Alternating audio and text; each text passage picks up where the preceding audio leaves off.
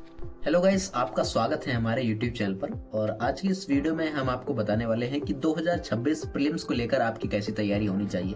GS से और CSAT दोनों के लिए मैं बात करूंगा। दोस्तों, अभी आपको पता है कि आपके जो यूपीएससी 2026 यानी यूपीएससी सिविल सर्विसेज 2026 के एग्जाम्स के लिए अभी एग्जैक्ट डेट बताओ तो आज जो तारीख है वो है 25/12/2025, यानी कि अभी आपके जो टोटल दिन बचे हैं वो 150 दिन बचे हैं। 150 डेज आपके बचे हैं प्रीलिम्स को। तो अभी आपकी कौन सी स्ट्रेटेजी होनी चाहिए जो मैं भी अपना रहा हूँ और आप भी अपना सकते हैं, तो वो मैं आपको बताने वाला हूँ। अगर आपको इससे कोई लाभ होता है तो बहुत बढ़िया है। अगर आप फर्स्ट अटेम्प्ट देने वाले हो तो जाहिर सी बात है आपके लिए बहुत ही अच्छी होगी ये जो मैं स्ट्रेटेजी आपको बताने वाला हूँ। तो चलिए इस वीडियो को शुरू करते हैं। तो मैं कहना चाहूँगा कि आप अगर पहला अटेम्प्ट दे रहे हो यूपीएससी सिविल सर्विसेज का, जैसे कि मैं भी दे रहा हूँ, तो आपके पास कोई एक्सपीरियंस नहीं है, आप उतना अच्छा शायद प्रिपेयर ना करो। अब अगर आप किसी कोचिंग संस्थान से जुड़े हुए हो तो मैं कहूँगा कि शायद आपको दिक्कत हो सकती है आप मेरे इस शब्द से कि आप उस कोचिंग को छोड़ दीजिए। अगर आपने किसी का बैच ले रखा है एज अ पढ़ने की तरीके से, तो आपका टाइम अभी पढ़ने का नहीं कि आप पढ़ने बैठे। आपका जो टाइम है वो कुछ नया पढ़ने का नहीं है। अभी आप जो पढ़ चुके हैं पहले उसको रिवीजन करने का टाइम है और उस पर काफ़ी ज़्यादा मेहनत करने की टाइम है। अभी आपको पीवाईक्यू सॉल्व करने का टाइम है, तो उस पर मैं बात करना चाहूँगा। देखिए क्या होता है, अभी जैसे प्रीलिम्स आया तो कई सारे लोग जीएस का प्रीलिम्स मतलब जीएस के प्रीलिम्स क्रैश कोर्स लेके आते हैं, है ना। तो अलग अलग चैनल्स वाले अलग अलग तरीके के कोर्स लेके आते हैं कि प्रीलिम्स के लिए लो पढ़ लो इसको। हमें नया कुछ भी नहीं पढ़ना, ये बात याद रखनी है कि हमें नया नहीं पढ़ना। हमने जो पुराना अब तक पढ़ रखा है, जितने भी रिसोर्स हमने अपनाए हैं, चाहे वो हर एक सब्जेक्ट के लिए अलग अलग रिसोर्स हो सकते हैं। जैसे हमने हिस्ट्री के लिए एनसीईआरटीज पढ़ी हैं, और जैसे ज्योग्राफी के लिए भी हमने एनसीईआरटीज पढ़ी हैं क्लास 11th की, है ना, और भी क्लासेस की। तो वो सब हमें दोबारा से रिवीजन करना और उनमें अच्छे से कमांड हासिल करने की, वही हमारे एग्जाम में आए। मैं कुछ बुक्स आपको बताऊंगा जो आपकी बहुत काम की हो सकती हैं अगर आप हिंदी मीडियम से हैं तो और जैसे कि आप जो है जो भी लोग जो है और सब्जेक्ट्स के लिए जो भी सब्जेक्ट पढ़ते हैं, जैसे आर्ट एंड कल्चर के लिए कोई नितिन संगानिया पढ़ रहा था, तो काफ़ी ज़्यादा बड़ा हो जाता है। कोई एनसीईआरटी जैसे 11th की एनसीईआरटी है वो पढ़ रहे हो, हिस्ट्री के लिए तमिलनाडु बोर्ड की जो एनसीईआरटी है ना, इस तरीके से आप सब्जेक्ट पढ़ रहे हो। साइंस एंड टेक के लिए आप करंट अफेयर अच्छे से पकड़ रहे हो, तो वो सब्जेक्ट्स पे आपको भी नया नहीं पढ़ना है। आप करंट अफेयर की चीज़ें पढ़ते जाओ। मैगजीन, कोई मंथली मैगजीन या न्यूज़ में करंट अफेयर की चीज़ें न्यूज़पेपर से आप पढ़ सकते हो, या फिर कोई भी आप कहीं से भी पढ़ सकते हो, बस करंट अफेयर पढ़ना है, ठीक है, ये चीज़ है। और भी सब्जेक्ट इंटरनेशनल रिलेशन के लिए आप कोई भी कहीं से भी पढ़ रहे हो करंट अफेयर से, तो आपको इस तरह की चीज़ें अपनाना, ना कि आपको जो है सिर्फ फिर से किसी चीज़ को नया पढ़ने लग जाए। ये आपको गलती नहीं करनी है। आपने जो पुराना पढ़ रखा सिर्फ उसी को रिवीजन करिए और जितने हो सके उतने पीवाईक्यू सॉल्व करिए। मैं तो कहूँगा कि पहले आप 2 दिन पढ़िए और फिर उसके बाद तीसरे दिन जितना भी आपने पढ़ा है उस चीज़ का टेस्ट दीजिए, कहीं से भी, ऑनलाइन ऑफलाइन, जहाँ भी आपको टेस्ट देने का मौका मिले उसको जरूर दीजिए, है ना। मतलब टेस्ट देंगे तो आपको पता चलेगा कि आपसे क्वेश्चन हो रहे हैं कि नहीं हो रहे हैं। और जब नहीं हो तो आप फिर से उन चीज़ों को पढ़िए, याद करिए, तब आपसे क्वेश्चन बनेंगे। तो ये आपको करना होगा। वो ये मैंने बताया जीएस के लिए कि आपको मतलब टेस्ट देने हैं। टेस्ट किस हिसाब से दोगे, जैसे मान लिया आपने ज्योग्राफी पढ़ा, ज्योग्राफी के 2-3 चैप्टर पढ़े, और ज्योग्राफी के 2-3 चैप्टर पढ़ने के बाद 2-3 चैप्टर से आप क्वेश्चन बनाइए, और क्वेश्चन आपके पीवाईक्यूज में मिल जाएंगे। उन क्वेश्चन को आप पढ़िए और उनको सॉल्व करिए। और जैसे आपसे क्वेश्चन ना सॉल्व हो तो उन क्वेश्चन के सॉल्यूशन का एनालिसिस करिए अपने मन से। मैं आपको इसके लिए एक बुक रेकमेंड करना चाहूँगा। भाई स्पॉन्सरशिप नहीं, मुझको बुक पसंद है इसलिए मैं इसका रिव्यू कर रहा हूँ, मैंने किया भी।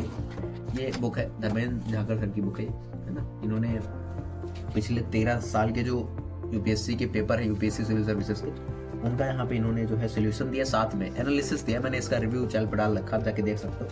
लिंक आपको नीचे डिस्क्रिप्शन में मिलेगा, आप जाके देखिए, इसको खरीदिए, काफ़ी बढ़िया बुक है, ठीक है। और इसमें जो क्वेश्चन है ना उनका एनालिसिस किया गया। मैं आपको बताऊँ, क्वेश्चन रिपीट करते हैं, एडजिट रिपीट करते हैं, है ना।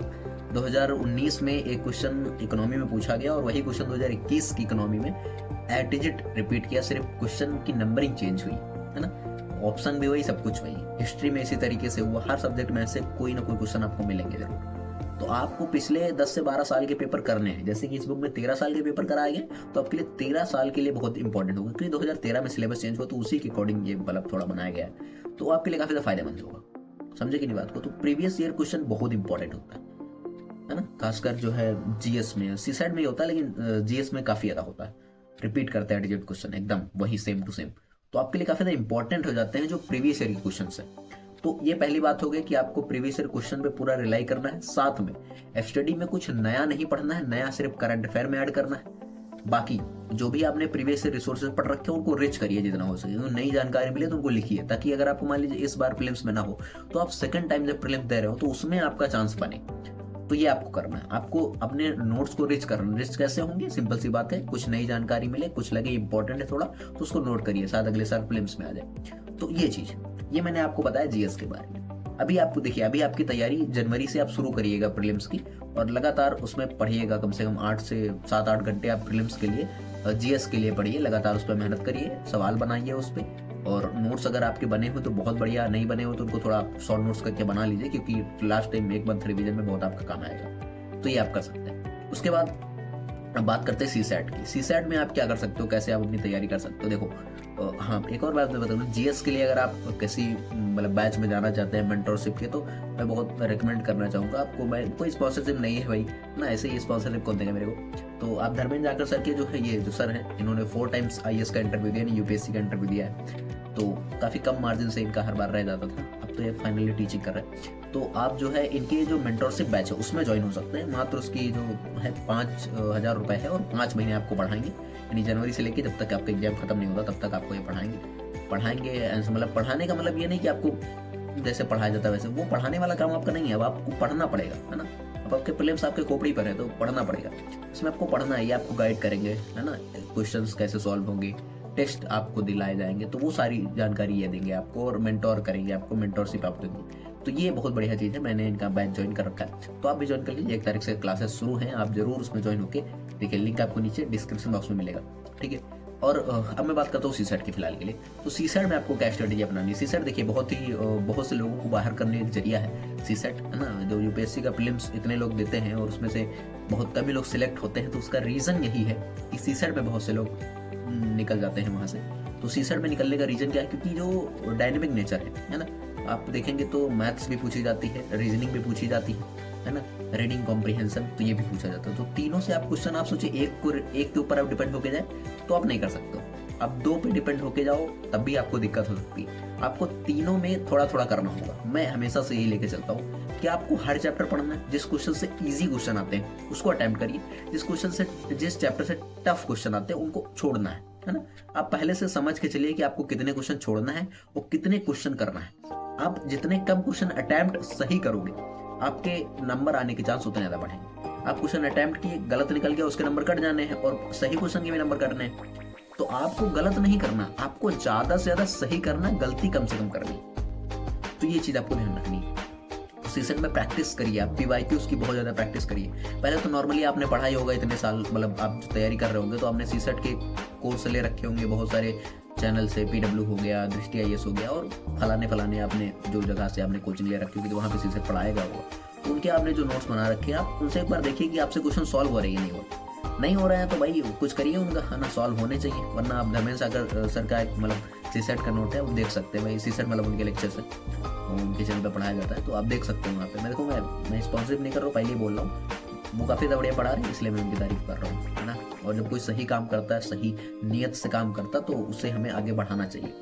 तो वही मैं आपको कह रहा हूँ, ठीक है, कि आप जाके उनके देख सकते हैं सीसैट के लिए। काफ़ी ज़्यादा इम्प्रूव होगी आपकी सीसैट, और आप उसमें मैथ्स और रीजनिंग पैसेज बहुत अच्छे से कर पाएंगे। आपको कोई दिक्कत नहीं होगी कोई भी क्वेश्चंस करने में, अगर आपने मेहनत की तो जाहिर सी बात है आपको मेहनत करना पड़ेगा। वो आपको हाथ पकड़ के तो लिख पाएंगे नहीं, आपको हाथ पकड़ के तो क्वेश्चन सॉल्व नहीं कराएंगे, आपको ही करना पड़ेगा। तो ये चीज़ें आपको ध्यान में रखनी है, ठीक है। अगर आप ये चीज़ें करोगे तो जाहिर सी बात है कि आपका सीसैट निकल लेगा।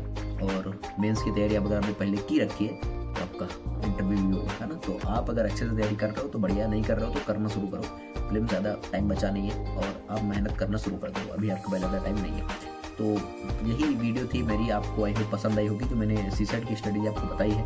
स्ट्रेटेजी क्या कह सकते हो, एक तरीके से मतलब पूरा फ्लो है कि हम कैसे पढ़ना है लगातार।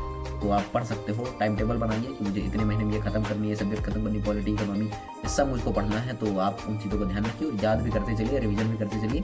यही आपकी वीडियो पसंद आई होगी। अगर वीडियो पसंद आई है तो प्लीज़ वीडियो को लाइक करना, शेयर करना, अपने चैनल को सब्सक्राइब कर लेना, क्योंकि बहुत मेहनत से आपकी वीडियोस बनाने की कोशिश करता हूँ। मिलते हैं आपको नेक्स्ट वीडियो, तब तक के लिए जय हिंद, जय भारत।